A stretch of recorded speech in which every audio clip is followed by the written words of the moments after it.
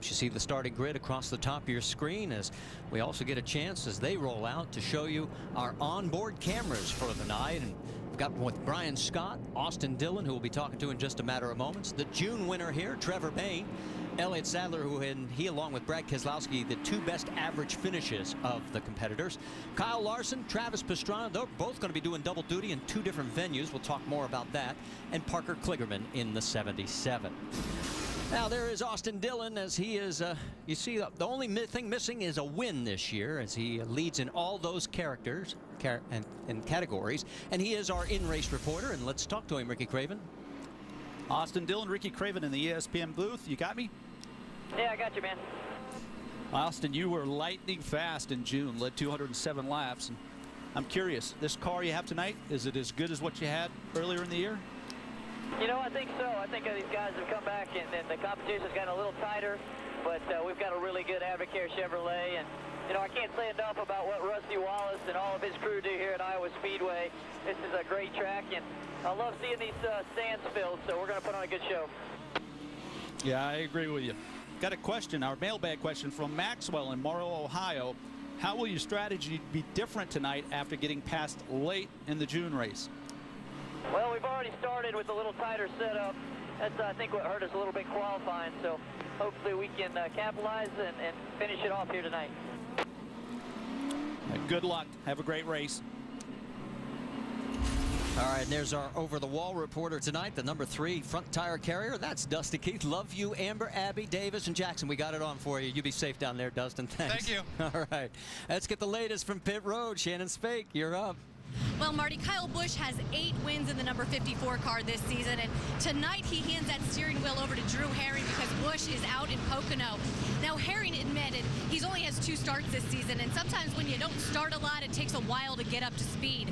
But not this weekend for Herring because he spent 2 days this past week testing with the Joe Gibbs Racing developmental team out in Nashville. He said it really helped him get in that car, feel comfortable right away, and it really showed as he earned his first career pole here at Iowa. Rick DeBural? Well, Shannon, how important is this race to Penske Racing and Brad Keselowski? Well, it's no accident that Brad Keselowski is the only Cup driver here doing double duty. And he also brought 3 of his Cup crew guys here to go over the wall. Roger Penske wants those owner points. But I should also point out, Brad wants the victory. He doesn't display a lot of the trophies that he's got over the years at his home. One he does display, the 2009 victory here at Iowa. It meant a lot to him. He'd like another to go right next to it. Bookends, of course. Jim Noble? Rick, I'll tell you, Austin Dillon leads the nationwide points for the very first time. It is also the first time that this iconic number 3 car has been on top of the standings since, wait for it, Dale Earnhardt Jr. back in 2002. Crew Chief Danny Stockman says, we don't even look at the points. We know who we're racing for the championship. If we finish ahead of those guys, it is all good. Austin Dillon. All right, thanks, Jim. There is Travis Pastrana. We eavesdropped on his radio communication. Let's listen in. Hey, guys, thank you so much for the hard work and never giving up on me last week. That was an awesome finish for how bad I put us off after we put it in the wall. Really appreciate it. This week it's huge for me. I know we always give it everything we got. I know I always do. I know you always do, and it goes without saying. But, man, anything we can do to get any extra spots there, anything at all, man, let's do it. If there's a gamble that we can take that might put us up front and have a chance to win this thing, let's do it. How much fun would it be to race with Travis? I mean, the guy's just a ball of fun. Well, the one thing I noticed, and it's only going to be for a few more laps because the sun is setting, but do you notice when they were coming through turn 3 into 4, that sun was right in their eyes? Yeah, and a lot of compromise, right? Yep, they'll just have to tough it out for a few laps. And the lights are now out on the pace car, so 1 lap to go. You know, you heard Rick DeBruhl mention about Brad Keselowski. This guy has an average finish of 2.6 at Iowa in 3 starts. His worst finish is 4th in 2010. He's done it with several different crew chiefs. So the common denominator is Brad Keselowski. And he likes this track. The other guy you may have to favor, Elliott Sadler. In 5 starts, he's never finished lower than 5th at Iowa. He has a 2.8 average. And it's his best at any track that he runs. Elliott's heading in the right direction. He's definitely headed north in the standings. And You know, this is going to complement what they've had going on for the last month. All right, with all the things we've talked about for the last 45 minutes or so, who do you like to win this race based on what you've seen this weekend? Well, obviously Brad Keselowski is going to separate himself from the field if he gets out front, but I think Brian Vickers is for real. Brian Vickers, I think, is going to continue the charge. All right, he's coming off 3 straight top 5s. Pace car getting ready to pull down onto pit road. Young Drew Herring, age 26, picked the inside. He brings him down the front stretch. Right alongside is Regan Smith. And the Cellular 250 at Iowa Speedway is green.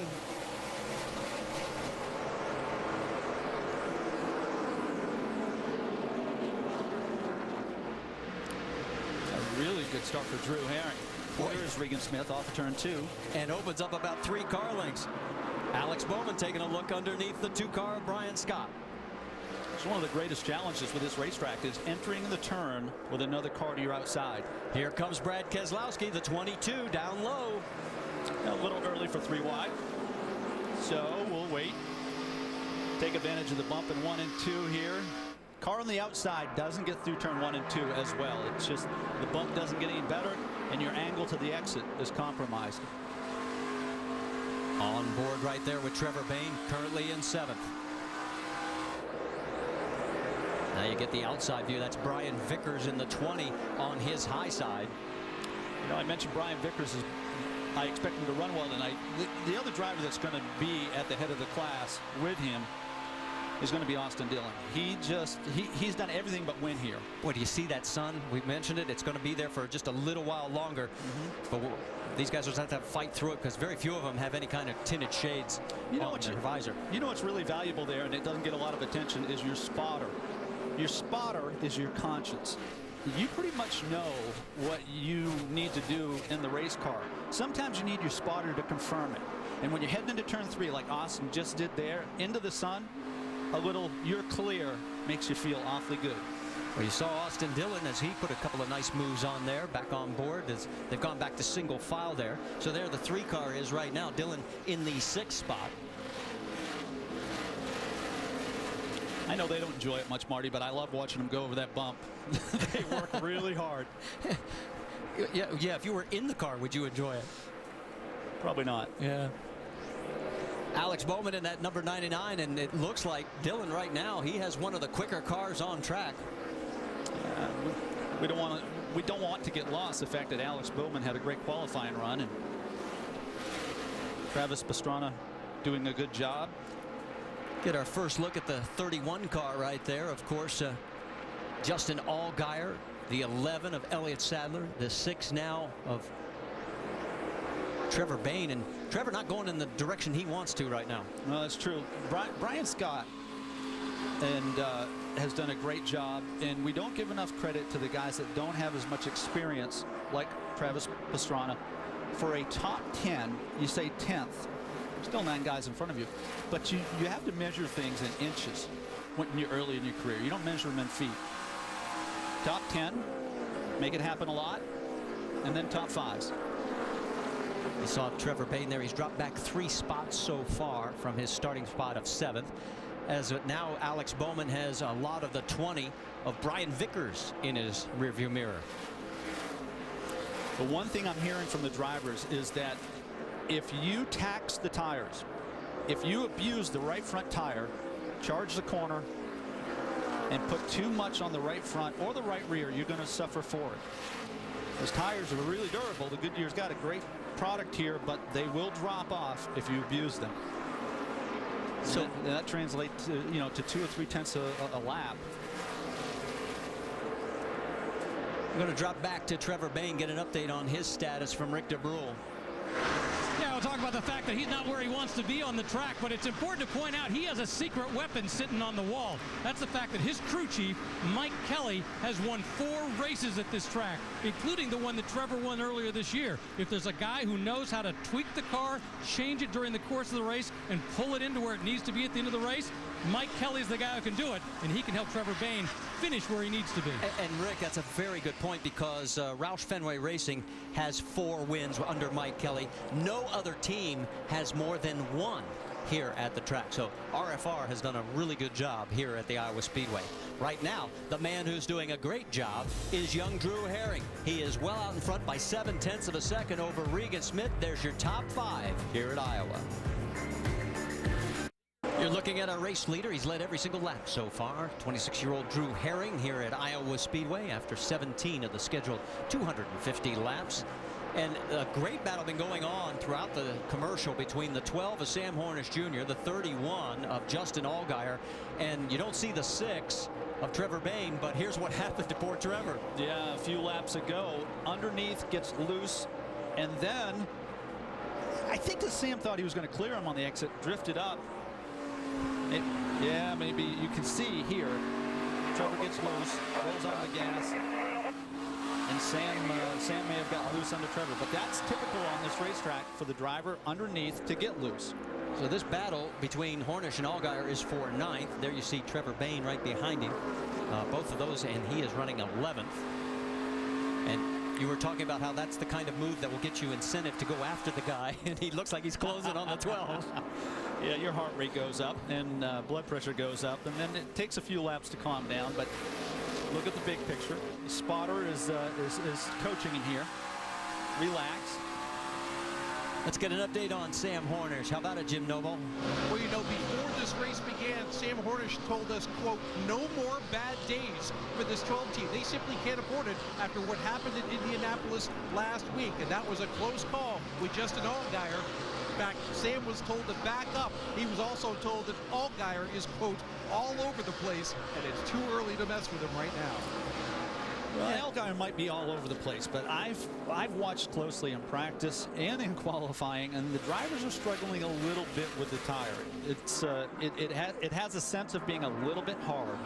So you know, they've got chatter in the front, meaning the front tires slide across the racetrack. They even have a chatter with the right rear getting in the corner. I can tell you, having experienced it, it's no fun, and it's really difficult when you run side by side under those conditions. Well, there is the battle for the lead right now. It has closed up because all of a sudden now Regan Smith is zeroing in on the 54 of Drew Herring. And there is the 2 car of Brian Scott picking up right where he left off last week at Indianapolis. I love this because this represents sports. You know, when you this story, when you see a small team or a driver that typically doesn't run among the leaders have a good race, you have the momentum, the confidence that comes with it. But here's something that's more important than either of those two. On a personal level, what he gained, Brian Scott, last week, he gained credibility with the other drivers because they will drive him differently, Maury. They'll handle him differently. He'll get more respect. Well, he's also coming off a track best 6th here at Iowa Speedway back in June, and right now currently running in the 3rd position. Here comes Regan Smith taking another peek as they are approaching lap traffic.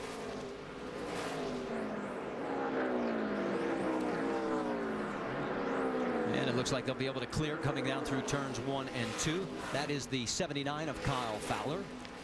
This is refreshing for Regan Smith because, you know, it hadn't been a good 6 weeks for him. And this hadn't been a great track for Regan. The limited amount of time he's been here, he just hadn't settled in. Finally, qualifying seemed to be the turning point. Yeah, and he told us right before qualifying, he said, I cannot afford any more mediocre finishes. And right now, here in the early going, he's doing anything but being mediocre as he is trying to put all the pressure he can on the 54 of Drew Herring. Here he goes. Yeah, Drew Herring right now is racing like he's 36, not 26. He just surrendered the lead, said, look, I'll battle later on. And Rick, you got something for us on the 7? Well, it's pretty funny. If you had talked to Regan Smith yesterday after the 2nd practice, he would not have told you he would have been leading this race. In fact, he said, we're not good. He said, after 2 practices, we can't figure out the balance at all. Going into qualifying, he didn't think he had it, and then suddenly, boom, he had it for qualifying, and obviously he's now got it in the race. So something has come together. Shannon? Well, Ricky, you've been talking about the importance of spotters this entire race. Well, Drew Herring's spotter about 10 laps ago came on the radio and said he's beating you through the center of the turns. Try to find your original line. And we talked about the fact that this is only Drew Herring's 2nd race of the season. So really still trying to feel things out. Brian Scott, however, the car is a little bit loose for him. But as you can see, he's really making up ground right now. And huge confidence boost last weekend, not only for driver, but for the entire team top to bottom. Well, As we also take a peek at the 22 of Brad Keselowski zeroing in on Herring, and I'm wondering, we also found out during qualifying, if you stress the tires early, then they would give up on you quicker. And I'm wondering if maybe Herring put a little too much stress on those tires because he's backing up now. He's third and he's under pressure. Yeah, based on what I've seen from the young man, the only thing he's missing is experience. And what does experience give you? It says that you can do this, but you can't do that. Okay, so you can run hard from the middle off on this track, but you can't run hard getting in. The harder you run, the more you're going to drift up, and the more you're going to pay for it later in the run. Getting real busy here as Brad Keselowski comes in. I was looking at fastest race laps. Guess who had it? Drew Herring at 23.76 seconds. Right now, he is nowhere near the top 3 quick, fast laps. So Brad Keselowski behind him. The difference in experience. And Brad has all this information on his hard drive. Now, Brad, you don't even have to use this racetrack. Sometimes you'll reference an experience from another racetrack and say, I know I'm going to get myself in trouble if I keep abusing the right front tire. We've had some right front tire failures here, and all the drivers are aware of that. Right now, he is just putting all that pressure. He's saying, here I am. Take a look. Yep, I'm a former nationwide champion, and I'm going to get you sooner or later. Boy, that car, that you saw that bounce on the 22. There is the sun. It's right in their eyes as they go into 3.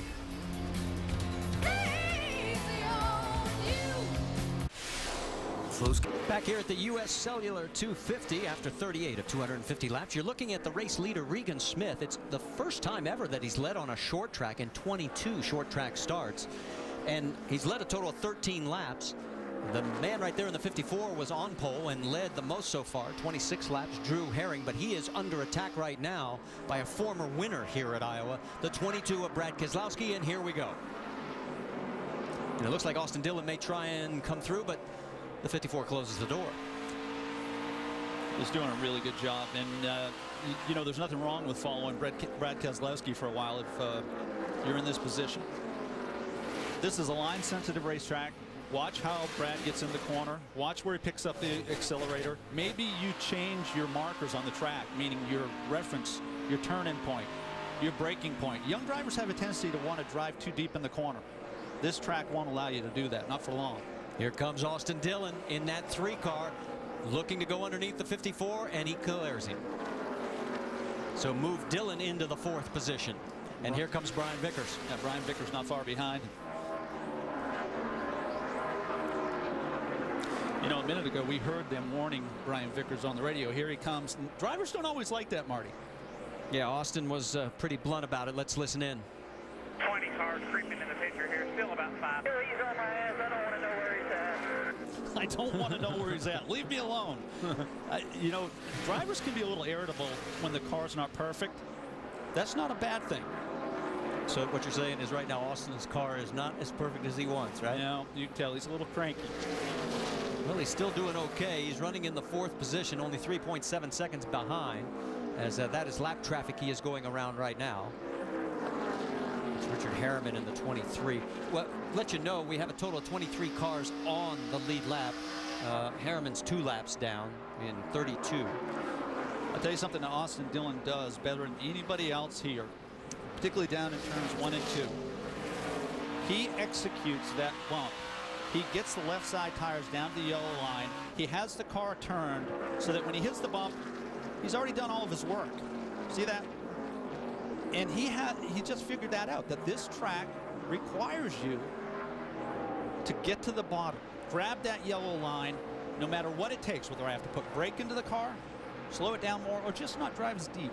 Alex Bowman in the 99, approaching the lap car of Ken Butler. And right behind him is Justin Allgaier. That is the battle for 7th. Or Britt Butler, I should say, in the 24. He's 27th right now, and he has shown 1 lap down. Sam Hornish. Yeah, you saw his car, that 12. There he is in the picture now. And so the Butler car stays to the high side, and the 3 will clear underneath. It's going to get busy here. And Sam's got a choice. Am I going to push the issue, make things happen, or am I going to wait half a lap or a set of turns and make things happen? Check in on Drew Herring and Brian Vickers, the battle for 5th right now. Vickers hugging that bottom of the racetrack. Drew Herring led early. As you said, led the most laps thus far, but it came at a price. I think he's probably taxed the right front tire. You can see he's pretty slow through the middle. Well, his lap times are 1 second slower than the fastest lap he said. He still holds fastest lap of the race at 23.76. His last lap, 24.7. Shannon, you've got an update from pit road? Well, yeah, you mentioned Brian Vickers, the 3 straight top 5 finishes. He's moved from 10th to 5th in the points in the last 6 races and really put himself back in this championship hunt as he's just 28 points out of the lead. And would you believe the year that he won the championship, 2003, he didn't win his first race until the 22nd race of the year. That is pretty staggering considering the role he's on right now, and the car on the track just a little bit loose for the 20. Well, and you saw that graphic where he has scored more points in the last 6 races than all other drivers. You know where Regan Smith fell on that list? 13th in the last 6 races, and that's why he's got to stop the bleeding.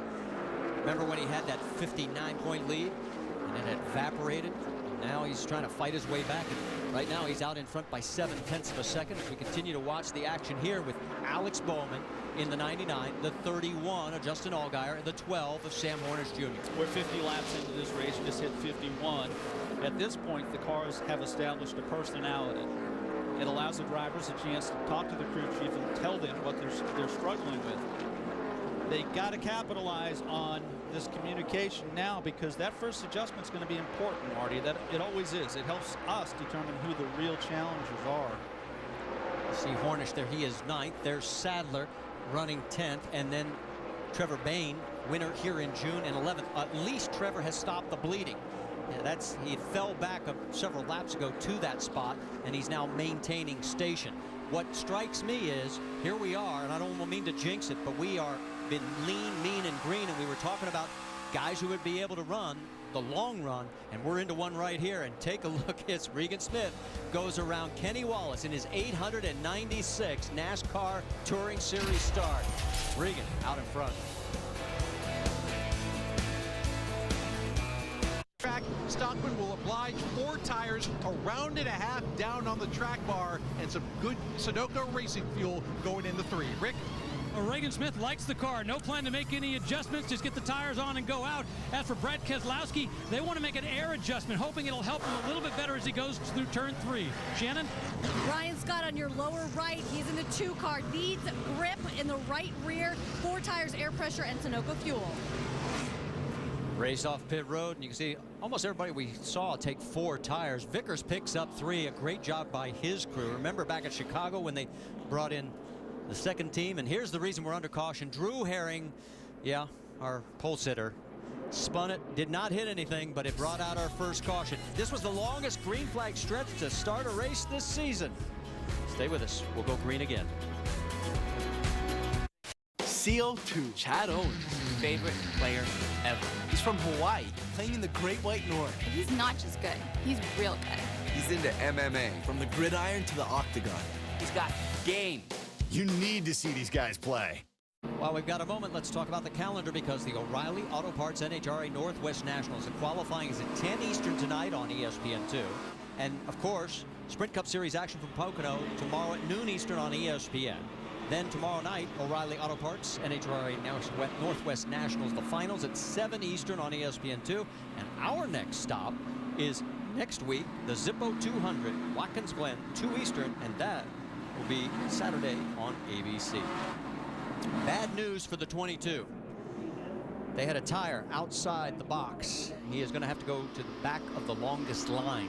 So Keselowski's going to have his work cut out for him. Yeah, in most cases, you need a nearly perfect day to win a race.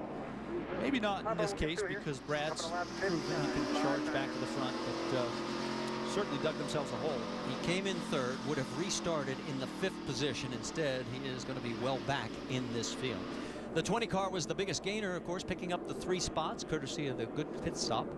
And Vickers now finds himself in the 2nd position, right alongside the points, or the man who's on point. And that's Regan Smith. The green flag's in the air. Smith takes the inside line, and here we go. Sam took a look underneath Brian Scott, thought better of it. Good decision. Everybody's clean through 1 and 2, Marty. There's Brian Scott in that 2 car. picking up right where he left off. He had a good first run there. Yeah, and you could see he couldn't get back to the accelerator. In the middle of the corner, the back of the car was light because Austin Dillon was so close. There's a gap. If you can close that gap to within 6 or 8 inches, it feels like the back tires start to come off the racetrack. So Austin Dillon gets around him now. So moves Scott back to the 4th position. And now he's got mirrors full of the 12 of Sam Hornish. And what happens, in the case of Brian Scott, if you heat up the right rear tire, it takes a long time to get that balance back. Brad Keselowski on the march right now, going around the 29 of Kenny Wallace. We can tell you Kenny was the lucky dog, and he got back on the lead lap. Right now we show a total of 22 cars on the lead lap. Closing rate's going to be an issue. You'll see it right here as we get into the corner. He's going to be coming up on cars that aren't as fast getting in or through the middle. That's what he's got to be careful of. Yeah, Keselowski was actually 32nd in line on the restart, shown 22nd on the grid because he still was on the lead lap. So he has got a lot of extra cars to pass because of that penalty. Battle for second place. Here comes Austin Dillon. The 3-car down low, trying to get underneath Brian Vickers. A little bit of a wiggle. Remember, when a car's to your outside, it's kind of like moving the wall down, right? I mean, the track becomes narrower. So the driver doing the pass here, Austin Dillon, who completed the pass, he has to hold more wheel in the car longer. That has the result of snapping the back of the car loose. That's why a driver wants to make a pass as quickly as possible. Then get back to hitting your marks. You got the whole racetrack to work with, and you set your sight on the car that's ahead of you. I look at this, I love that shot, because you see the 20 car, Brian Vickers, a half a lane up, but ahead of him, Austin Dillon was right on the yellow line. And you just got to, you sort of coach yourself. I missed it that time. Now, Brian did a good job in 3 and 4, but you'll coach yourself, Marty. I missed it. So you make a reference. The next time back, you'll get out of the gas a little earlier. Let's take a look at our STP telemetry on Brian Scott right now. You see the RPM will climb about 650 horsepower. That'll spin 8,300 getting into the corner. About a 2,000 RPM drop, and then you ease back into the accelerator. Where do you make speed at Iowa? Most short tracks is through the middle. The driver that can get back to the gas the soonest and then be aggressive with it without spinning rear tires is going to make speed down the straightaway. So there's the 2, the 12, and the 11. Brian Scott, Sam Hornish Jr., and Elliott Sadler, as those 3 running about the same distance apart from each other. 4th, 5th, and 6th. I haven't seen a car yet, with the exception of Drew Herring in the first 20 laps, that looked really comfortable. I see all of these drivers working really hard. Well, we're noticing now that the sun has now got a lot of shade on about 3/4 of the track.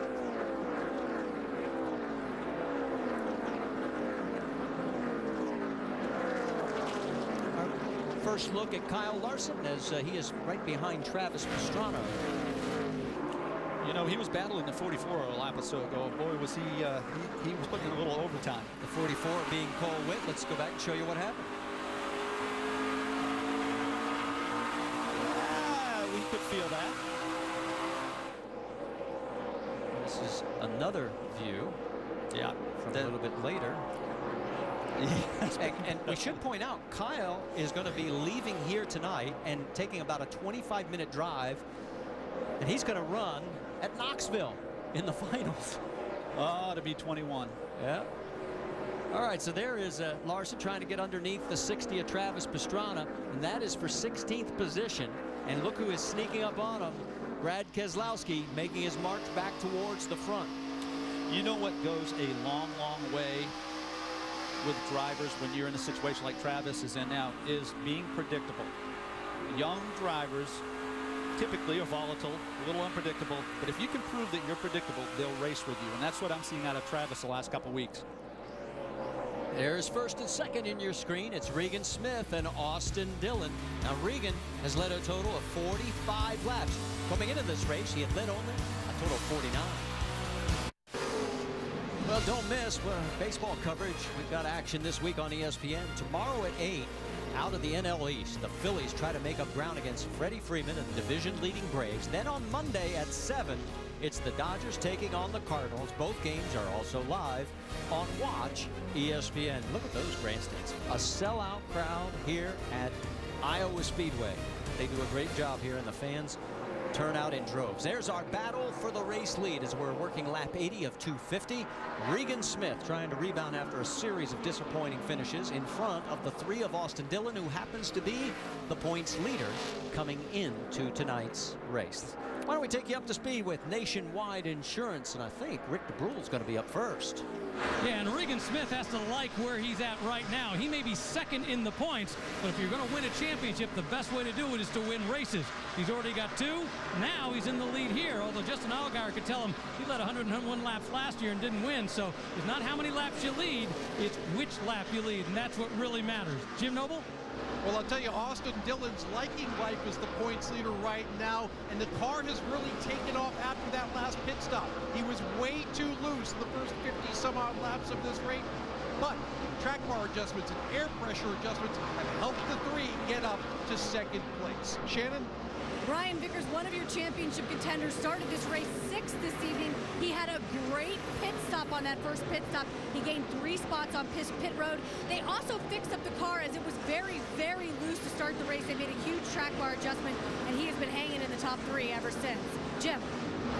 Sam Hornish Jr. fought some shattering front tires in that first run, but they made a big track bar adjustment, air pressure as well, and that seemed to have calmed the 12 car down. Hornish isn't going to try to do crazy things to try to win this race. They are thinking big picture. They made a 2-tire stop in June that didn't work out, so expect 4-tire stops until the end. Guys? And we've got a battle for the lead heating up here, Mr. Craven. Yeah, what I really appreciate is you don't see the urgency out of Austin Dillon that you've seen in the past. You know, he's been lightning fast this year. Several poles, hadn't won a race. And talking with him this weekend, he has a vision, a real clear understanding of this business and how to go about it. And he's studied how he lost the race in June, and I think he's adjusting to it now. He's not going to burn the right rear tire off, which he told me he regretted on that long run in June. You see him, you got to be really careful here, Marty. You got no room for error. Remember, you got a car to the outside. Like I said earlier, it's like the wall is being moved down. So your margin for error is 2 feet. You want to get it, and you can if you do a slide job. It means you drive deep in and slide up in front of them, but you're going to make your neighbor real mad doing it. Well, or you can be gentle and do it like that. Now you've got our 3rd different leader and our 2nd lead change. Once he crosses the stripe, it'll be official. So Austin Dillon, the points leader, back out in front here at the Iowa Speedway, where he has led before but not won. So now the task at hand is to take away that 0 that he has had in that column this season. Yeah, and you know, drivers measure themselves with both. He says, I'm going to take care of it. That's one of the luxuries of getting to the front, getting to the lead, is that you can set the pace and you can adjust your lane depending on the balance of your race car. If you're a little loose getting in, you make a little adjustment on your entry. He's just put Darrell Haar in the number 4 car 2 laps down. Haar running in 27th. You wonder how many we have on the lead lap? 21 cars, and that's the man they're all chasing.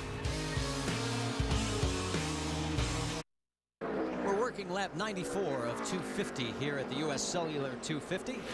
As you're looking at race leader Austin Dillon, he has opened up a 1.1 second lead over Regan Smith. As we move deeper into the field, the 6 of Trevor Bayne had hit action going on, and here comes Brad Keselowski. Now, if you're just tuning in, he had to go to the back of the longest line, which was 32nd in line, although he was actually 22nd, as there were only 22 cars on the green lap. Now, Drew Herring in that 54 was our pole sitter and led the first 26 laps, and he was 6th when he spun, bringing out the caution. The caution then led to the tire outside the box for the 22 of Brad Keselowski. That's what put Keselowski back, and here he is on the march back up to the 12th position. Rick, he's on the move. And let's talk about what's at stake here. We're talking about the Owners' Championship. Remember the year that Brad Keselowski won the Drivers' Championship in Nationwide? he didn't get the Owners' Championship that year. Roger Penske didn't get it. He stands a chance at it this year, and this race is important. That's why they got both these cars here, and they're not taking anything for granted, the fact that Kyle Busch isn't here. They think it's important that they get as many points as possible in this race. Shannon? Well, Rick, when I spoke with Jeremy Bullins, who's the crew chief for Brad Keselowski this weekend, he told me that 54 team, well, they are the 48 of the owner championship here in the Nationwide Series. And they know that this is the guy that they're going to have to beat if they want to get that. When I mentioned that to Adam Stevens, who's the crew chief for this 54, he just smiled and he said, you know, that is the goal every single season, to win the Owners' Championship. And Drew Herring, who's driving the car, is really, truly a part of this team. He's been traveling with the 54 team to the racetrack almost every single weekend, sitting on top of the pit box and listening to the radio communication that Kyle and his team have. So truly, he knows how much this Owners' Championship means to Kyle and the entire team. Marty? And the gap right now is 41 points between the 54 leading and the 22 chasing in that Owners' Championship. That battle on the left side now full screen. Brian Vickers and of course the 12 of Sam Hornish Jr.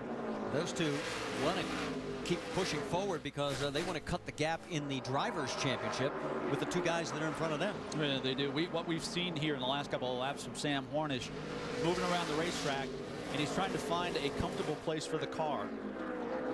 That's a great thing about this racetrack, and Rusty Wallace built this with perfection. He built it like a racer to satisfy drivers so they have options. 12 degrees on the bottom, 13 in the middle, and 14 on the top. If your car's out of balance, Marty, you can find a place where it might react to what you're doing with the steering wheel. You saw both of them go around the 01 of Mike Wallace. Mike is 2 laps down in the 25th position. We have a total of 20 cars on the lead lap. We've had 3 different leaders, 2 lead changes, and only 1 caution so far for 5 laps, and we have just completed lap number 101. There is your race leader, Austin Dillon, a 1.5 second lead over Regan Smith.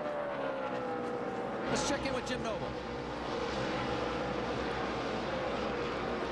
You know, there's never a bad time, Marty, to lead the race or the points. There's still kind of a sense of frustration in the 3 team. They believe that they let maybe 4 or 5 races get away this season. Danny Stockman Jr. told us yesterday they managed those frustrations by showing up the next week and knowing they have fast cars. They said, one of these days, we are bound to close the deal. Tell you what, tonight may be looking like the night. So far, so good, but we have a long way to go in this one, and they would be the first to tell us that, as right now, Dillon led 53 laps here last August and ended up finishing 15th, 207 in June, and finished 2nd.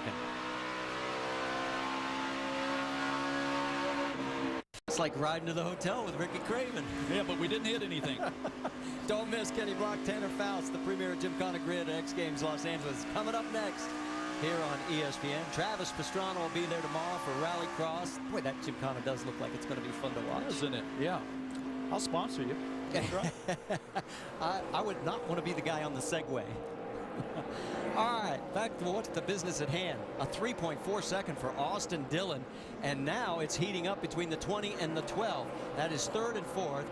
Brian Vickers, Sam Hornish Jr. Let's go back and show you what happened to Sam as he had a little bit of an incident. Got close. It's the 2nd time off of turn 4. First one was with Trevor Bayne, and the car drifts up off the yellow line coming up off of 4. You can see this is, again, he just keeps up more wheel until the back end breaks loose. I think he was expecting Harriman to go a little bit higher on towards the wall, but the 23 car, which was lap traffic, just held its position. Yeah. Sort of surprised him maybe. Yeah, to some degree, but I think also he's just being real aggressive with the accelerator. And Jim's got something on the 12. Absolutely, guys. As soon as that last incident happened, Sam Hornish's crew chief Greg Irwin radioed down and said, hey, why don't we just let the tires cool off, Sam? You're doing great. Obviously, it's a little too early for incidents like that for Greg Irwin's liking.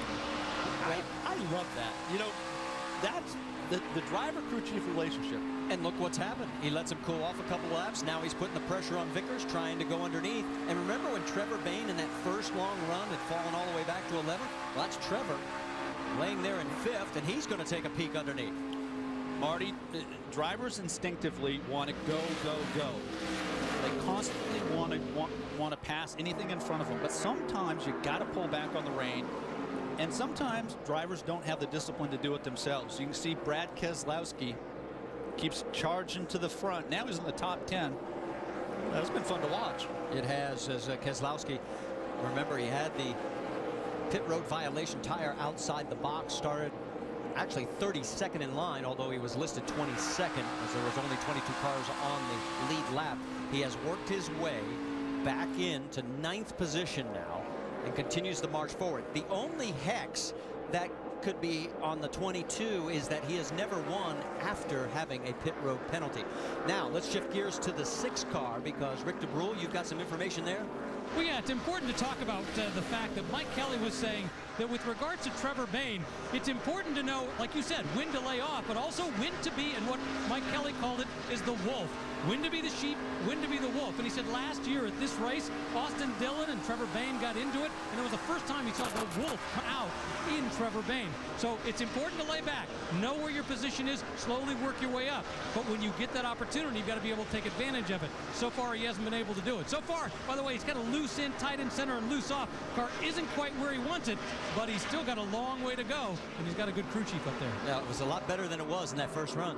I'll tell you something, that's great information that Rick gave us, and reflects the personality of a driver. Look at this. Looks Our like leader in traffic, and it pushing looks like the issue 3 wide. Go, hang on here. This could be an X Games move. Well, and Travis Pastrana's doing all he could to keep from going a lap down, but now he will be officially 1 lap down in the 18th position. So only 17 cars on the lead lap. So not the kind of run that Travis Pastrana was hoping to have tonight before he heads over to Los Angeles for the X Games. There is our top 5 as we're working lap 121. We're almost halfway. The calendar, we've got drag racing for you. The O'Reilly Auto Parts NHRA Northwest Nationals qualifying at 10 Eastern tonight over on ESPN2. Of course, tomorrow a full excuse me, we got Sprint Cup Series at Pocono. Excuse me, we got Ricky, take this for me, please. Yeah, your drafting partner here, NASCAR Sprint Cup Series at Pocono, noon Eastern time on ESPN. We got the O'Reilly Auto Parts NHRA Northwest Nationals, 7 Eastern time tomorrow, ESPN2. And then NASCAR Nationwide Series, Zippo 200 at Watkins Glen, 2 o'clock Eastern time Saturday. That's it. That's all I got. It's on ABC. Thank you very much. Always love it when stuff like that happens on live television. It's called drafting. Apologize, everybody. You did a good job. All right, let's get back to it. Austin Dillon, 3.5-second lead right now as he's getting ready to go around the 87. And that's Travis Sauter. And we ought to drop in on the 22, because remember we told you Brad Keselowski had worked his way back up to 9th. He has dropped 2 spots. Rick DeBrule, what are you hearing? The problem is a temperature problem. The engine is beginning to overheat. They're trying to figure out how much longer he can stay out on the track. The crew chief is saying, can you stay out for just another 10 laps or so? Out on the track, Brad is doing what he can. He can get the temperature to drop a little bit depending upon how he drives, but then he says it comes right back up. The crew has some equipment down here if they have to purge the tank. But right now, the question is, can he go another 10 laps? And even more importantly, if he goes that distance, will the overheating problem continue? It's great information, Rick, and I tell you, the irony of it is that last week a similar situation with teammate Sam Warnish, who had an overheating problem, didn't hit pit road, and ended up burning down the engine because of it. So, boy, that's a tough position for a driver to be in, because, as I've always said, distraction is poison for drivers, and it's very distracting having to watch the temperature gauge and make laps here. Battle for 3rd. Trevor Bayne has been marching forward. Yeah, remember that first run, he was struggling. He dropped all the way back to 11th. The car was just not handling it all. And here he is knocking on the door for the top 3. He's done a really good job. No, by the way, Matt Kenseth just sent me a text asking if you're okay. Thank you, Matt. I am doing fine, buddy. Good.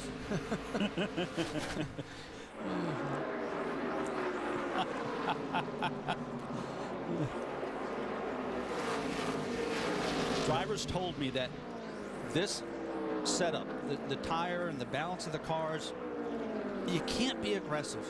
If you're aggressive, you pick up a chatter in the front, meaning the front just sort of vibrate across the racetrack. If you're too aggressive on corner entry, it's the right rear. So this is going to reward drivers who have that patience, or who can really roll into the corner, touch the gas, make speed through the middle of the corner.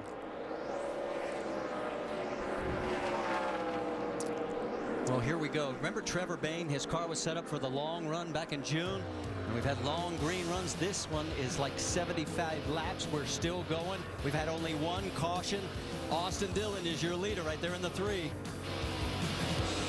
Back at the Iowa Speedway, our second caution of the night as Reed Sorensen was slow on the track. There may be some fluid out there. They are checking right now, but we have gone a total of 140 of the 250 laps. This is only our second caution. The record for fewest cautions is 3 here at the Iowa Speedway. So now this may be a benefit for the 22 because remember Keselowski was having overheating issues. We had 81 green flag laps. Now everybody's heading for pit road for some fuel and fresh tires. Jim Noble, they're coming your way. And that yellow car on the upper left, Sam Hornish Jr., that car got a lot better on the long green flag run. They will be around the right side, calling for the 4-tire stop for Hornish, and he will be down and away. Ahead of him, Austin Dillon. He was running at 90%. That's how good that car is. 4 tires for Dillon. Rick? Regan Smith brings it in. They're going to put a half around a wedge in the back. You saw one of the tires was starting to get away from him, but hopefully a nice clean stop, and he's gone. Brian Vickers saying the car is loose. The guys pitting this car, the 11 Cup guys, they'll go to Pocono after this race. Guys having a little bit of problem getting off pit road for Brian Vickers. A little bit long of a stop. Here they comes the race off pit road. You can see that pretty much everybody holding station. Annette picks up 1 spot at the expense of Justin Allgaier. Parker Kligerman's crew helps him pick up 4 positions.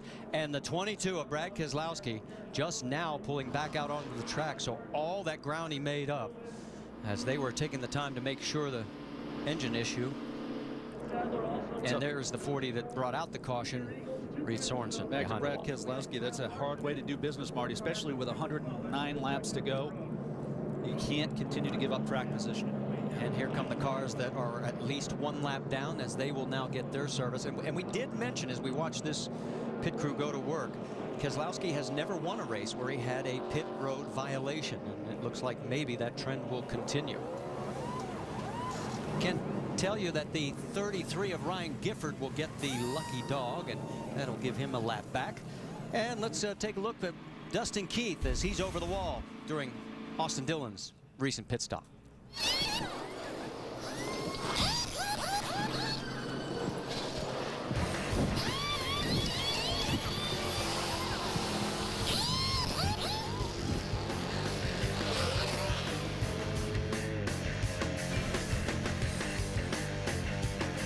Leader Austin Dillon has selected the high side. Driver's right. It'll be Regan Smith right below him. Then Hornish, Bayne, Vickers, Sadler. We're back to green. Ooh. Whoa, Justin Allgaier. Trying to get underneath Brian Scott. That could have ended ugly. Now he's trying to get around the 43 of Michael Annett. Meanwhile, Sam Hornish Jr. taking a peek under the 6 of Trevor Bayne. Yeah, boy, Sam has worked really hard from the middle off all night long. The car just doesn't look comfortable. Great restart for the 3. He's opened up a nice gap. 2 by 2 from about 5th, 6th on back. The drivers working side by side, wearing the tires a whole lot more than the guys that are out front by themselves. Kyle Larson on the outside. And we can tell you Brad Keselowski restarted 13th after that extended pit stop. There you see him in the 22. This is Parker Kligerman needs some credit here, Marty. He's in just outside the top 10. He's in that 77 car in the 11th spot right now. Sometimes I find myself riding along with these guys. You see me dancing up here. Yeah. I wish we could put a camera on it sometimes. Folks, he starts leaning to the left. And of course, that's into me. 3 wide. Yeah, here we go. This is getting good. And it's still 3 wide, and Kligerman holds on. Oh, I love it, but I got to tell you, there's some members of the team that are saying, why now? Well, relax. We are about 10 to 14 laps short from our calculations as far as these cars being able to go the distance. And again, when we have that activity, we've talked about heating up that tire. That's right. This set of tires might take you to the end, 10, 15, 20 laps where you finish it off. But you got to be careful. If you abuse these early, you're going to regret it late. On board with Keselowski, you see he's running 12th. Oh, and Allgaier got sliding up the top, and that's going to cost him a lot. There look maybe even more problems there. He acts like he's got a tire going down. He is all over the place right now. Trouble for the 31 of Justin Allgaier. He was running in the 9th position. See, he's not sure, so he wiggles the car back and forth on the straightaway. You can sense if it's a tire or if they're dirty. And sometimes when you slide that high, you just want to clean them off before you get to the next set of turns. It looks like he has settled back down, and I think you might be right. I think he got up there, got so much junk on the tires, he could feel it vibrate. He just tried to clean them off and took his poison. You know, Marty, at this point, they've made enough pit stops to make the big adjustments, and what you see is what you get. So these drivers are going to have to pretty much live with what they have from here out. All right, so here's Allgaier on the restart, and he tries to go and does get underneath the 2. You got to be watch the 54 of Drew Herring. If you need it, 99's holding that line up. Clear high if you want, 3 wide bottom. Oh, yes, little contact with Alex Bowman. 3 wide up high, 3 wide up high. Yeah, and Drew Herring did nothing wrong. It's just Alex Bowman didn't know that he was coming that fast. He filled the gap. Austin Dillon has now led a race high 68 laps. He's got a 1.6 second lead, and from the drop on the flag on this restart, just absolutely pulled away. Now, here's the interesting story that continues to baffle all of us with Kyle Larson. He told me right before qualifying, I think I've got a top 5 car. His MO has always been this first half of the race. He doesn't seem to be moving forward. Sometimes moves back, sticks around, figures it out. They work on it. Here he comes in the second half of the race. It's amazing. Here's why this kid is exceptional and why he's going to be a great one. Because there's a few that are chosen that can drive 100% and still give good information. Most drivers, like myself, who are good drivers, if I can take credit for that, you can run 95%. I couldn't run 100% and give my crew chief good information. So you run 95%, save that last, you know, the other 5% for the end. But these guys like Jeff Gordon, Tony Stewart, Jimmy Johnson, that's what I see out of Kyle Larson. He restarted 11th. Rick DeBrule, he has moved his way up to 6th. Yeah, and talking about the car, you know, he was saying it was a little loose in the center. It's good, and then it kind of gets loose off again. So, as always, it's coming up with that battle of trying to figure out how to exactly race the car just the right way. He had a big problem with some of the tires chattering during the practice. They tried a whole bunch of things. Finally, apparently, have gotten it to work in the race. And let's think about it. Would you rather work in practice or in the last 100 laps? Well, and he was the fastest on the last lap of the race, and that's what we're talking about. And it's a product of good information to his crew chief. And here comes Brad again. Keselowski trying to go around Kligerman, and he's going to take over that 8th position. I tell you, he's got a car based on lap times that can contend for the win. They can't afford any more mistakes on pit road. But the big question is, will the engine keep up, or will it overheat? I think the engine's okay. They corrected that problem as long as they didn't lose water, as long as they didn't damage the engine. You know, at 280, 290, 300 degrees, usually asking for trouble, but I don't know as it got that hot. Well, you saw the 2 car right behind Keselowski. He has dropped back to that 9th position. There you see the serial on Brad. And he has opened up a bit of a gap over the 9th place car. Brad has not been able to get into a rhythm. He's been in traffic all night, and he's not been able to measure the car in clean racetrack. This is a good opportunity here to really see what he has. At the 2nd fastest lap, that last lap on the track, fastest was Austin Dillon, our race leader, at 24.11 seconds. I love that in-car shot. Well, and notice how calm his hands are, and look at this. This is the last 3 races. Now, he hasn't won a single one of them, and that's the frustrating part for him. But maybe tonight's the night. You see he's not turning back to the right real hard? Yeah. That tells me he's doing a lot of work with his feet, okay? You can turn the car with your right foot, depending on you know, how you approach the corner, the entry. The fact he's not snapping loose on the end means he's not going to take the goodness out of that right rear tire. Well, his lead is now up to 3.4 seconds over Regan Smith. Sam Hornish Jr. is 3rd, Brian Vickers, and Trevor Bayne round out your top 5. Crazy on you. Crazy on you.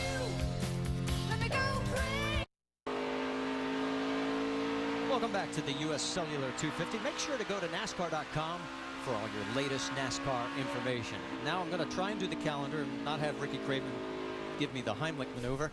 See if we can make it through this time. The O'Reilly Auto Parts NHRA Northwest Nationals. We've got qualifying coming up on ESPN2 tonight at 10 Eastern. Our Sprint Cup Series from Pocono, noon Eastern tomorrow on ESPN. And then the finals from the Northwest Nationals at 7 Eastern tomorrow night on ESPN2. Now, our next stop on the Nationwide Series, the Zippo 200 at Watkins Glen, 2 o'clock Eastern next Saturday, and that one will be on ABC. Set up a flare, we made it. That sounded good. All right, back to our race leader, Austin Dillon. 4.6 seconds. He is just marching through this field. Again, he had the fastest race lap the last 2 consecutive laps. Here he comes across the line again. There is the gap back to Regan Smith, who's having a very strong run, which is what he needed. But Sam Hornish Jr. right behind him in that 12 car is running in 3rd. And then a little further back is Brian Vickers and Trevor Bayne. That is your top 5. Really impressed with the job that Regan Smith is doing, because you said earlier at the beginning of the event that Regan was conscious of the poor run that he's had the last 6 weeks. When a driver talks about it, it means he's thinking about it. When he's thinking about it, sometimes he's distracted by it. Haven't seen that tonight out of Regan Smith. He's a professional. 14 races to go, counting tonight. They need to get it going. There is Regan again. Now, to give you an idea, remember, he was 7th or better in 9 of the first 13 races. Then in the last 6, he had 4 finishes of 13th or worse. Yeah. And that's the kind that can just take you out of a championship. Yeah, and we focus so much on the driver, but believe me, it has a residual negative effect on everyone, not just the driver, but the crew chief, the crew members, the guys that hit the lug nuts. Everybody on the team is affected by a slump, and they need the driver, the quarterback, to pull them out of it. Well, only 16 cars are on the lead lap. That's due mainly to the fact we've only had 2 cautions. And let's give a shout out to the driver of the 33, Ryan Gifford, making his nationwide debut. Look at this right now. Gifford is running in the top 15th position. He's fourth in the East Point Series. He finished 8th here last night in the race for the K&N division. And of course, used to live with Austin Dillon's family for a time, and here he is, part of the diversity program, and doing a very good job on this track. Mike Dillon told me this week that the sky's the limit, that the young man has got a load of talent. He's really, really excited about helping him. He's done everything right tonight. You know, it's about logging laps. The biggest penalty you could pay is if your night gets cut short, because as a young driver, not a lot of experience, you want every mile you can get.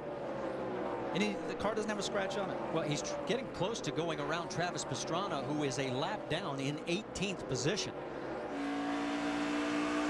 So it gives you an idea just how good he is. All right, now we talked about fuel, that we think everybody's going to be about 10 to 14 laps short. But why don't we find out as we go up to speed with Nationwide Insurance? And Jim Noble, what's the answer to that big question? Well, I'll tell you what, Marty, just a couple of laps ago, Austin Dillon was told to back it down a bit. Now, they're not really close. They're at least 10 laps short of making their window, but still Danny Stockman Jr. thinking if he gets a caution, maybe he can have Austin back it down a little bit and get within that window at some point. Rick? When I went up to Regan Smith's crew chief, Greg Ives, I said, can you make it? He shook his head, said no. But they also think they need to make an adjustment on the car that could help them win the race. So they want that fuel stop, not just because they're going to need the fuel, but because they want one last adjustment to make a winning car. Jim? Well, I'll tell you what, Rick, Sam Hornish Jr. has been thinking about fuel this entire fuel run. He's within 5 laps of making his window. If they get a caution, can make up some of those laps, then on their final pit stop, pack that fuel cell full of Sunoco racing fuel, Hornish could have a shot to make this in one more stop. Shannon? Well, moments after Brian Vickers pulled off pit road, his crew chief Kevin Kidd came over the radio and said, we're 15 laps short to make it to the end of the race. He then added, I think that's too far to go ahead and gamble. Remember, this is one of the championship contenders, so it's all about risk versus reward for the 20 and the other guys in the top 5. Rick? All right, guys, that driver right there, Trevor Bayne, number 6, keep an eye on him. Mike Kelly has been telling him since the last stop, we are good to go on fuel. He was turning off the car during the engine, during the yellow. They've been saying they're hitting their number all along. I went and I asked Mike Kelly one more time, are you good on fuel? He said yes. That's what they're telling Trevor Bayne. Now, I think they believe in themselves. If Trevor cannot overdrive the car, if he can save his fuel and drive the way he's supposed to, they may be the winner of this race if everybody else stops. Marty? Not overdriving the car right now, Marty. He's the fastest car on the track. Yeah, are you buyer or are you selling on that last part, though? Do you think he actually can go the distance? Yeah, I do, because, you know, you always give up something to get fuel mileage, but which means they're not lightning fast, but they're good on the long run. So, Austin Dillon, the hardest thing to ask a driver of a fast race car to do is back it down. It seems simple, it sounds easy, but it messes you up. It's so disruptive to your turn-in points, to all those markers that you put in. Drivers establish references on the racetrack as they're competing, and as the track changes, they might move those references. If you slow down, you carry less speed in, create less lateral force, and all those things change. So a driver oftentimes says, I can't slow down. Fastest 3 cars on that last lap. Austin Dillon, your race leader. Trevor Bayne in 5th, and then Brian Vickers, who's running in 4th. We have a long way to go yet, and can they make it on fuel? It's going to be interesting.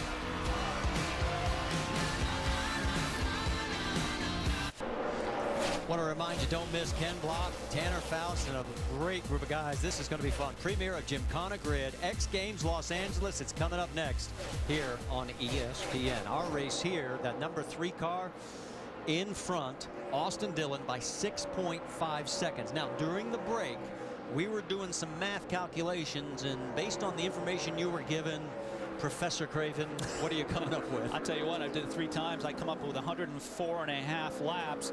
I'm going to give Trevor Bayne 2 laps because we had 4 caution laps after the pit stop, but it brings me to lap 247.5. If he can save 2.5 laps of fuel, then he's got a shot at going the rest of the way without pitting. Well, he's got to go 250 total, and right now he's battling for the position with the 20 of Brian Vickers, and on the high side, he looks like he's gonna make this work. You don't save fuel racing like that. No. Okay, so we know that the best chance he has is to get to the front and or get as close to the front as he can, and then use then use the track. Yeah, look who's following him, the 32 of Kyle Larson. So move Larson into the top 5 for the first time tonight. And look in your mirrors, boys, because a former winner here, Brad Keselowski, is on the move. Look how low he held that car, a half a car width lower than Brian did off the exit of 4. And, you know, Brad's going to keep him honest. Rick, what do you got on the 22 for us? Well, I'll tell you, there was a great interchange between Brad and the crew just a moment ago. They were telling him, think about this. You're closer to second place than second place is to first place. Making the point that if you can just hang on, keep doing what you're doing, you're going to be up in second place. You can't control first right now, but you should be able to control all those spots. The overheating problem doesn't seem to become an issue ever since that last stop. So the car is working right. Brad's working right. Now it's just a question of whether he's got the fuel to make it. See, I'd spin out if they gave me that kind of information. You know, like you're too. All right, where am I? Well, and remember this, Brad's average finish in 3 starts, 2.6. The worst he's ever done here, 4th back in 2010. This guy loves Iowa. How about his teammate, Sam Hornish Jr.? And Hornish is 3rd right now. Let's listen in on his radio. Beat him a little bit every lap. You're beating him. 10-4, maybe some fuel too. Yeah, I know it's a hard thing to ask. To go up there and pass him and save a little gas. I'm just trying to keep you in the window with the rest of them. Yeah, go fast but save gas. Well, that's the point, you know. And again, all right. So what's the priority at this point? I think that you really got to just charge to the front and assume there's going to be another caution. Well, you can see how close he's getting to the 7 of Regan Smith. And remember, these are 2 of the contenders for the championship as we have that great 5-way battle coming into tonight's race. Just 28 points separating the top 5. I'll tell you, I love watching Sam Hornish because he empties the tank. And I feel sorry for the rear tires on his car sometimes because he doesn't leave anything. I mean, here's the caution. Caution is out. Check out. Travis Pastrana in turn 3. Stay in the bottom. So Travis, who was a lap down in the 19th position, was 18th actually. brings out our third caution. Got a right rear tire went flat. It was going flat the last couple laps. I hit the wall pretty hard though. All right, So, crank it up here. Let's see, it says a tire went down on him. Oh, left rear. Yeah, Left rear tire went down. Damn. Not Travis's fault on this one. And he does get 2 corners. You know what? You're along for the ride when Yeah. you lose a left rear tire on corner entry. That's a tough break for Travis. Not the kind of night he wanted to have, that's for sure. Especially after coming off that good run last week at Indianapolis where he came home 10th. Well, you're going to get to ride with him here. Let's listen. All systems normal. Until now. But you could actually hear the pop of the tire. You could see the car going in the wrong direction.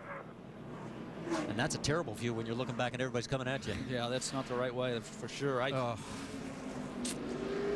Just as Austin Dillon, our race leader, was going by, he got through. Everybody got through. But this wipes out that big lead that Austin Dillon had, and now basically puts everybody in the window. So fresh tires, fresh fuel, and now we have a race to the finish. You seen anybody tonight gamble with 2 tires? No. Both times it has been a 4 tires all the way around. Left side tires have held up pretty good. You know, with 50 laps to go, if you're running 7th, 8th, 9th, 10th, it might be an option. 15 cars are on the lead lap. The 30 of PK will get the lucky dog. That'll give us 16. So let's find out what happens. Keep an eye on 2 or 4. Based on the trend, with 50 laps to go, I don't know. It's going to be a big gamble. Yeah, one thing for sure, this is going to be their last stop. I mean, the guys who are contending for the win, this will be their last stop. Don't have to worry about fuel strategy anymore. How about it, Jim Noble? Let's go.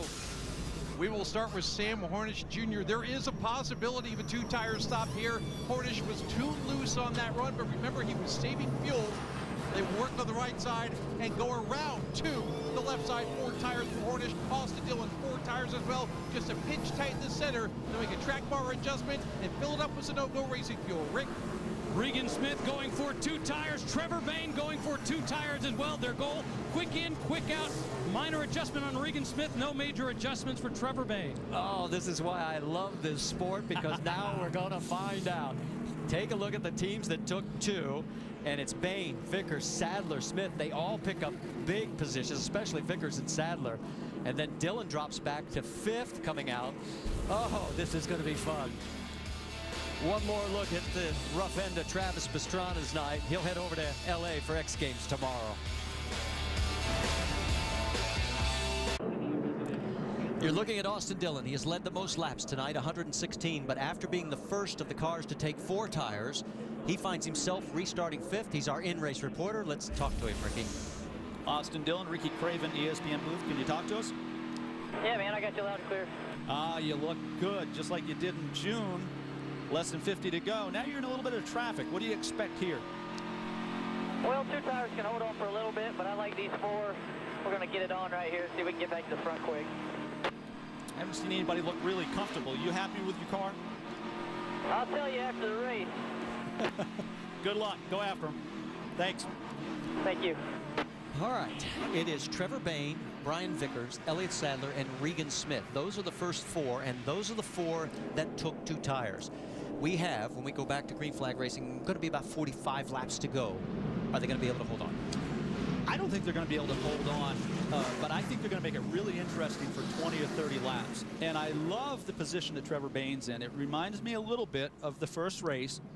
How bad do you want it, Trevor? You know, how bad do you want it? And Travis, maybe making sure they don't have any leaks. He hit the wall pretty hard, he said. Yeah, they're still working on Travis. They're trying to get him back out there. He has shown right now 26th position, 4 laps down, and it looks like they'll keep working for a while longer. Trevor Bayne went after it in the spring and was rewarded for it. Let's see what he has here. All right, it's Bayne on the high side, Vickers down low, then behind him Sadler and Smith, then Dillon, Hornish, Keselowski in 7th, Brian Scott, Kyle Larson, Drew Herring. That's your top 10. Here we go.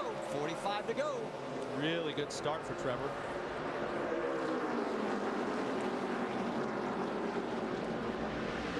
But he gave up the middle right there, Marty. Didn't have the grip in the middle of 1 and 2. It allowed Brian to get underneath him. Side by side in the corner. This is where it gets real difficult. You saw the back of Vickers' car get a little loose, and he had to roll out of the gas. Watch that 3 car down low, taking a look underneath the 12 of Sam Hornish Jr. Got a terrible angle into the corner. But remember, he has 4 fresh tires. Vickers coming back at him. Oh, the 54, Drew Herring. He may have rubbed the wall, and he's got a tire rub as well. Damage to the left side as well, so it looks like he was might have been squeezed. And here comes Vickers as these guys continue this side-by-side battle. Brian trying to make the pass. Now he finally makes it stick, and this could be 4 races in a row for Vickers in the top 5. And here comes Keselowski. Like he was shot out of a cannon, he has gotten around both the 3 and now the 12. And the 3 car is not as good in traffic as it was out front. That's very apparent right now. Elliott Sadler right there in front of the 22 of Brad Keselowski, and Sadler now door to door with the 6. I don't know how patient Brad's going to be here. They get side by side. You'll see Brad go 3 wide off the exit. There it is. He's going underneath, and the 4 fresh tires seem to be the ticket. When you have 2 cars go in the corner side by side, they both have to slow down. Brad set that up perfect. I mean, that was a typical fundamental from a driver's perspective of how to make a 3 wide pass. It's not working for Trevor Bainrace. He's trying to fight back against Austin Dillon. He does for the moment. Boy, that's close. That was. You know, you're only 1 bump to the right front fender from destroying your chances of winning a race, and that's what these drivers have to think about when they're in this position. Austin has had a car, I'd say dominant to some degree all night, but now it's a different set of circumstances. Certain has led the most laps, 116. The next closest is 59 by Regan Smith. Here comes Austin again, taking a look, and this time he's going to clear.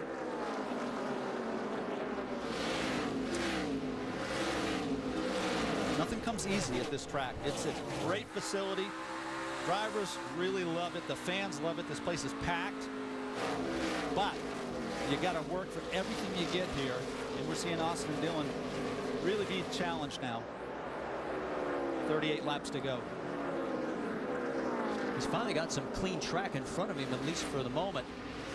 See if he can reel in the next group that's in front of him. It's lap traffic. Travis Pastrana able to get back out. See a few sparks flying from underneath. Travis, as he's gingerly trying to maintain race speed, the minimum. There you see Sadler in the 11. And so that's 3rd, 4th, and 5th that was in your screen. Let's go back and show you a little bit earlier.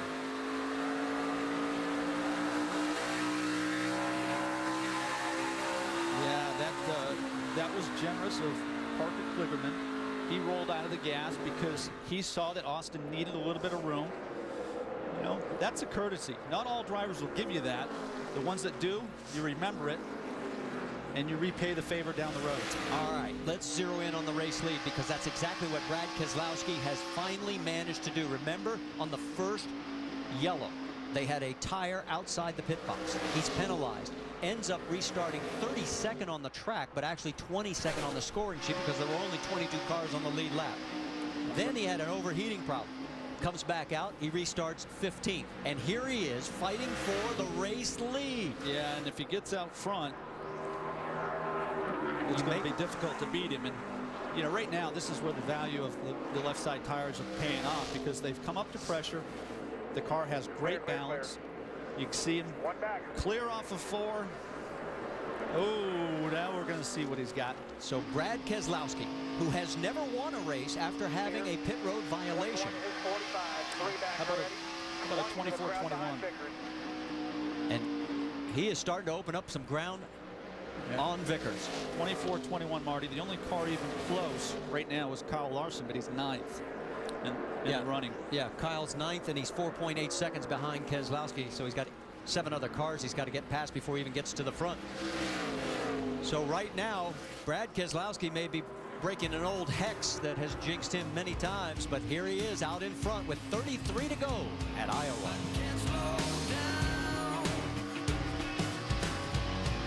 Iowa Speedway, Richard Harriman in the 23 spins it on the front straightaway, and will bring out our 4th caution. which is just one shy or one higher than our all-time low of 3. And it will erase that small but very impressively that Brad Keselowski had taken over Brian Vickers. And we are going to be with you now till the drop of the checkered flag. What we've witnessed tonight from Brad Keselowski is an example of why he's Sprint Cup champion. Many other drivers would have tore the right side of the car off, having to come from the rear twice. And he's just done a great job, not panicking, not overreacting, taking it as it comes. And then when you get the opportunity, you strike. Talk about coming back from adversity. We can tell you Brad Sweet will get the lucky dog. That'll give us 17 cars on the lead lap. Pit road is open, and there are a few takers, but that's much further back as Regan Smith is the first to come in. That's going to be an interesting move, as Regan had dropped back to the 12th position after leading 59 laps. Rick DeBruyl's heading your way.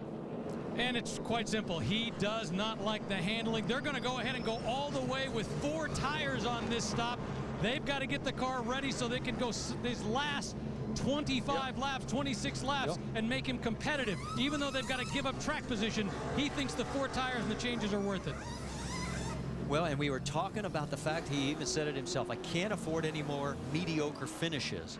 And there he is, second on the most laps led here behind Austin Dillon. We've had a total of 6 different leaders. And yet now, here we are with just 26 laps to go, and he's going to be restarting somewhere back around 13th, 14th, 15th. I tell you, it's not an easy set of circumstances, but it's part of the criteria for being champion. You have to find a way to prevail, to overcome all of these things. And he's run so well, but not been able to maintain it, Regan Smith. All right, we've got a moment. Let's show you Brad Keselowski's day if you're tuning in just a little bit later. This is where the tire goes outside the box. This was the first caution of the event. It's on the tire coming out of the box there. So he has to go all the way back to the 32nd starting position, although he was shown officially 22nd because there were only 22 cars on the lead lap. And he's slicing his way through the field until all of a sudden he gets an overheating engine issue and had to fall back again to 15. And then here he comes back one more time, and here takes the lead and has now led a total of 10 laps as we are now under our 4th caution. And as you pointed out, this, if he pulls this off, a very impressive comeback. Very impressive. I thought he was very methodical coming through traffic. I didn't see him take many chances, and I mean, it's really fun to watch. And I think young drivers watching this race tonight who aspire to be NASCAR, Camping World Truck Series, Nationwide, or Sprint Cup drivers have to take a page from this book. Do you remember at the beginning of the broadcast I talked about the 2 guys who have the best average finish here? Brad Keselowski, an average of 2.6. Elliott Sadler, an average of 2.8. Guess what? Keselowski's first, Sadler is third. Cream rises to the top. It always seems to work out, doesn't it? The numbers don't lie. All right, let's check in on Austin Dillon's radio. Guys are starting to fade. Don't give up on us. Keep digging. About a 10th better.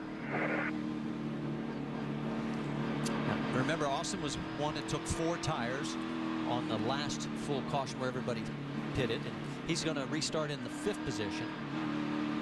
Just to let you know, Regan Smith will restart 14th. I mentioned fundamentals earlier. There's certain aspects of driving a race car that you have to be good at, or you'll suffer because of it. One of them is restarts. Austin Dillon needs to capitalize on this restart because you're alongside the drivers. Get a car or 2 here, you can make things a little easier for yourself.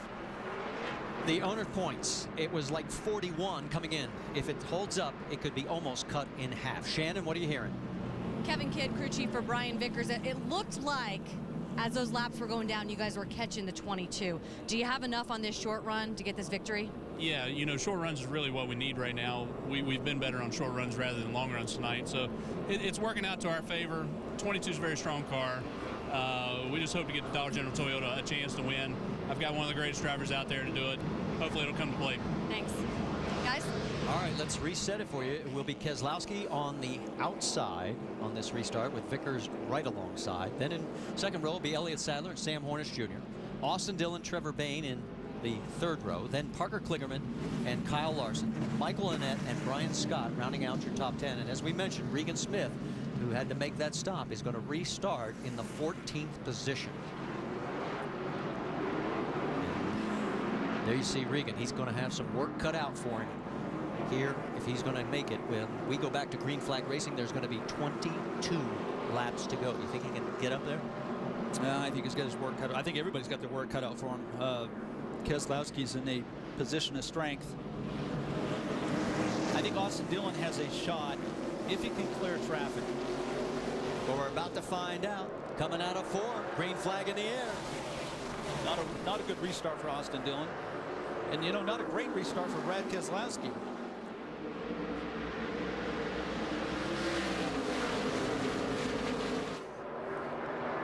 Keselowski gets the lead, and it looks like Sam Hornish is going to follow, but here comes Vickers. Can he get underneath? No. So Vickers drops back to 3rd. Penske cars 1, 2. And Sam said before the race started, my goal, look out, some contact there. Saved by Brian Scott. Kligerman got into Brian Scott. Both of them able to save it. Kligerman, though, slowing for the moment. Justin Allgaier trying to get around him. And meanwhile, here are the top 5. As now we have 20 laps to go. It's getting really busy here, isn't it? Everybody's trying to get what little they can with the 20 laps that we have remaining here at Iowa. Yeah, I talked earlier about being courteous. Nobody's going to be courteous with 20 to go. Drivers become real narrow-minded, a little bit selfish, and this is what happens. Still out there, 3 wide, 64 inside. 3 wide in the middle, 3 wide in the middle, 3 wide in the middle. Still 3 wide in the middle. Still 3 wide in the middle. 3 wide in the middle. Come on. Clear. It's an unwritten rule, but the driver in the middle typically lifts here. Nobody says it's required, but typically the driver in the middle will bail, and it didn't happen there. We can tell you while all this action is going on, Regan Smith has picked up a few spots. He's now up into the 12th position as you're on board with Kyle Larson, and that's a battle for 5th. And here comes Kyle as he's trying to make a late race charge. Kyle has done a great job tonight. And, you know, we haven't talked enough about that, Marty. Just the change in the track and the conditions, starting with the sun out and ending under the lights. And as soon as Kyle's done here, he's driving 25 miles to Knoxville. He's going to race in the finals of the Knoxville Nationals. You and I can't wait to take a nap. How about the 33 again, as we're looking at young Ryan Gifford trying to hold off the 6 of, or get around the 6, I should say, of Trevor Bayne. And he had the 4 tires, and he makes it work. So Gifford up to 9th. How about it, Rick DeBrule? And think about this. Before tonight, before this weekend, Ryan Gifford had never run a nationwide car ever. He didn't test. He didn't practice. This is the first time this weekend he's ever been in one of these cars. He says it's been a huge adjustment learning how it works. But obviously, he's a fast learner. Fans love to see young drivers go fast, but owners love to see young drivers finish the job. And that's what Ryan Gifford is focused on right now. I want to finish this thing in the top 10. He got a free pass on lap 141, and he's capitalizing on it now. And you see that battle for 6th on the left side continuing between Elliott Sadler and Drew Herring. And now you've got Alex Bowman moving into the picture as well.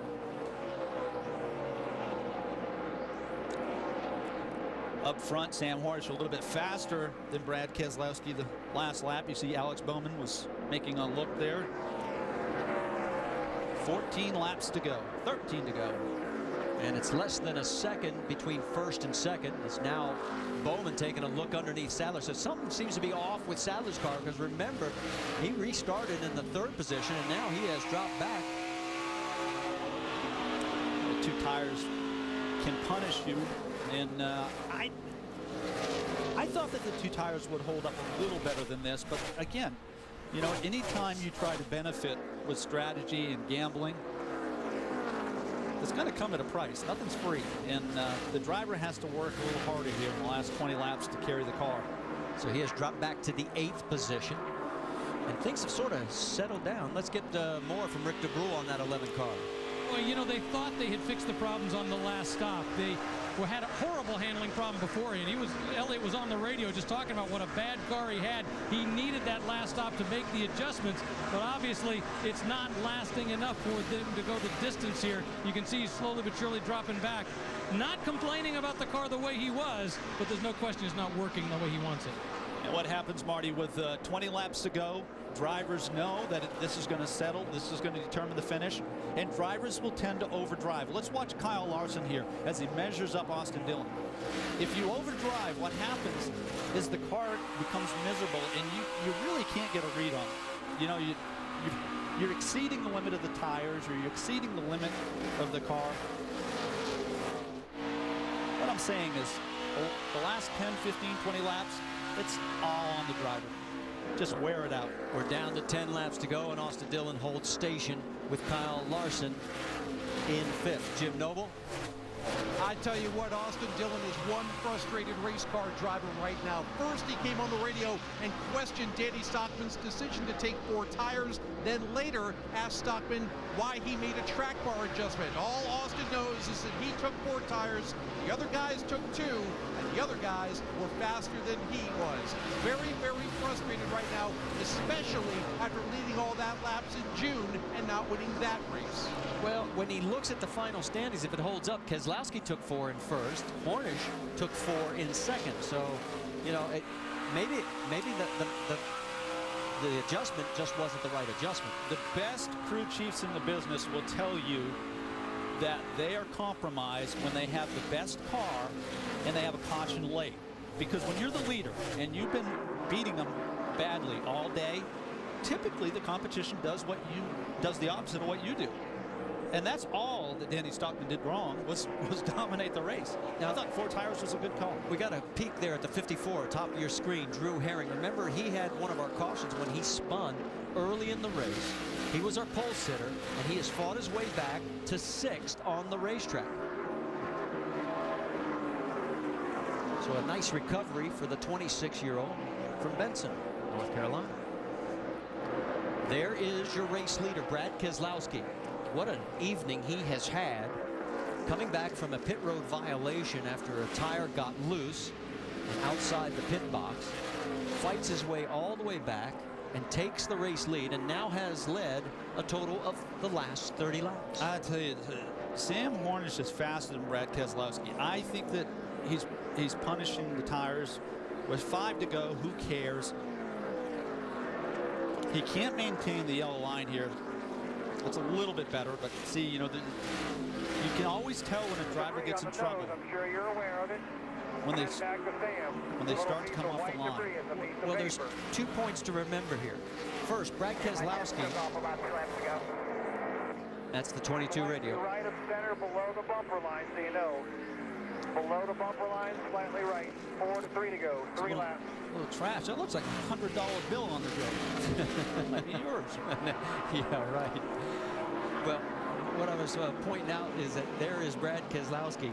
He is not running for the Nationwide Championship. So right now, Sam is the biggest beneficiary from all those contenders that we were talking about at the beginning of the night. Excellent point, Marty. It's a completely different frame of mind, right? You're Brad Keselowski, and you know, it's kind of a one-stop shop here. Just lay it on the line for the win. Yep. Nothing to lose. Brad's here to score points for the Owners' Championship. Sam's here to score points for the Drivers' Championship. And it's a big win-win right now for Team Penske. Although, look at Sam. He's closing on the 22 with 2 laps and soon to be 1 lap to go. White flag is out. I don't see much reserve in Sam Hornish. And as much as I enjoy that, it doesn't always reward you with a championship. Sometimes you do have to pause and look at the big picture. Well, Brad Keselowski makes it through turn 3 and 4 and is going to end an old hex. For the first time after having a pit road penalty, he's going to win a race in the Nationwide Series. Awesome drive. Awesome drive. Great job. 4 guys, way to never give up. A lot of adversity tonight, but you all played through it, so thank you very much. Great job, Discount Tire Team. He has won his last 3 starts, his 3rd win of 2013 and 23rd of his nationwide career in his 198th career start. What a great performance after that pit road penalty. Again, it was a display of all that experience and talent and mental focus. Never panicked, never got himself in trouble, and to some degree, he carried the team on his back. Did you hear that on the radio? We need that motor. So I'm not sure, we might not see a big burnout here. All right, remember we told you his average finish in 3 starts was 2.6? Guess what? It's down to 2.25 in 4 starts. Brad Keselowski saying, I'll do whatever you want me to do. Where's my flag? Stay with it. Well, they got on the radio and told him, take it easy on the motor. Tommy in the engine shop needs it. And I don't know if Brad got the message, and he's still doing burnouts through the entire commercial break. Penske Racing doesn't have that bad a budget, and Roger Penske doesn't nickel and dime his drivers. He says, go ahead, melt it down. All right, here's the ticket to the race. Next Saturday, August 10th, it's the Nationwide Series Zippo 200 at Watkins Glen. Our coverage begins at 2 Eastern on ABC. For tickets to that event and other upcoming races on the schedule, just go to NASCAR.com/tickets. Let's check in with Jim Noble. He's got the man who finished second tonight. That's right, Marty. Sam Hornish took a wistful look at his teammate doing burnouts, but in the big picture, your night was pretty much what you needed, wasn't it? Well, I mean, it was a good night. It's really, good job at Penske Racing. Another 1-2 finish. Our Ford Mustangs were really fast, and Brad was playing with us there a little bit at the end. He let me catch up to him, but our Penske truck rental Ford Mustang was good, and just really proud of what we were able to do. Glad that my family was here to be able to come out here and have a good night, and just looking forward to keep going with this. This was one of the places that we knew that we needed to improve on and make ourselves better, so just real happy about that. And, glad to be in the Nationwide Series and having a lot of fun out here racing with these guys, and just keep inching away, try to get some more points here and there. All right, after Indy, a nice bounce back for Sam Hornish Jr., finishing second. Shannon? Well, Iowa was the site of Travis Pastrana's best K&N finish. Tonight, not the case. A struggle for you. You had the flat tire. Walk me through your evening. No, we just never had the speed. It's this NASCAR thing's kicking my butt. It's been fun. There's been flash of brilliance. We've got a pole a couple seconds in qualifying, some good speed alone, but here we just never had it all week. But I like to thank X Games and KMC, Red Bull, everyone for the whole Roush crew for backing me. I should have known. For the last 2 laps before that, we were starting to lose the right rear, and Trevor always said it's easy to burn off, and we were fighting for that lucky dog spot. But we just, even if we would have gotten that and hadn't had the accident, it just wasn't my night. Well, in 24 hours, he could have a smile on his face as he's heading out to L.A. to compete in the Global Rallycross and the X Games, looking for a victory in that series. Marty? Yeah, and while we've got a moment, let's remind you to tune in tomorrow to see Travis compete there at Los Angeles. It's 5 o'clock Eastern over right here on ESPN. See you tomorrow. All right, it's time for Victory Lane. The celebration can begin. Rick DeBrule. Oh, Brad Keselowski, the second time he has been here at Victory Circle in Iowa, and I have to think this one has to feel great. We are getting doused with beer. That is what we're getting hit with right now. Beer, light beer is exactly what's going in the driver. It's what's going on the crew. Brad Keselowski, first off, congratulations. Your second stop here at Victory Circle in Iowa. But let's talk about this race. Okay, when you had the pit lane violation, then you had the overheating car. Did you really expect to get to Victory Lane? Well, when you got a team like this, Penske Racing, Discount Tire team, they just didn't give up, and they kept working on it and kept fighting back. And I knew it was going to be about that last restart and being really aggressive, and boy, it was. But that's what it's going to take to win these races when you have to overcome adversity. And this Ford Mustang was fast. We just needed to get up to the front, and at the end we were able to do that, and it was ours to win. All right, you said that on the trophy case at home is your first Iowa trophy. Is this one going to go next to it? Ooh, well, it'll probably go next to Ryan Blaney's, so congrats, Ryan Blaney. Ryan won in my truck today in Pocono, so it's, I'll tell you, it's been a hell of a day, Rick. Once again, congratulations to Brad Keselowski, his second victory here at Iowa, and I think he says this one feels real good. All right, final thoughts there, Mr. Craven? Well, Brad made it really entertaining. Austin Dillon extended his points lead. That was impressive. Marty, I had a lot of fun with you tonight. I did too, partner. We're going to do it again at Mid-Ohio when next time the Nationwide Series runs by itself, and that'll be a road course race. Make sure to tune in tomorrow. We've got Sprint Cup Series for you at Pocono. Coverage begins with NASCAR Countdown. That'll be presented by Pennzoil at noon on ESPN. Coming up next, we've got X Games out in Los Angeles, and of course we can go congratulations to Brad Keselowski, our winner tonight. And for our entire ESPN crew, I'm Marty Reed. Till we meet again, we'll send you now to Los Angeles for X Games Live.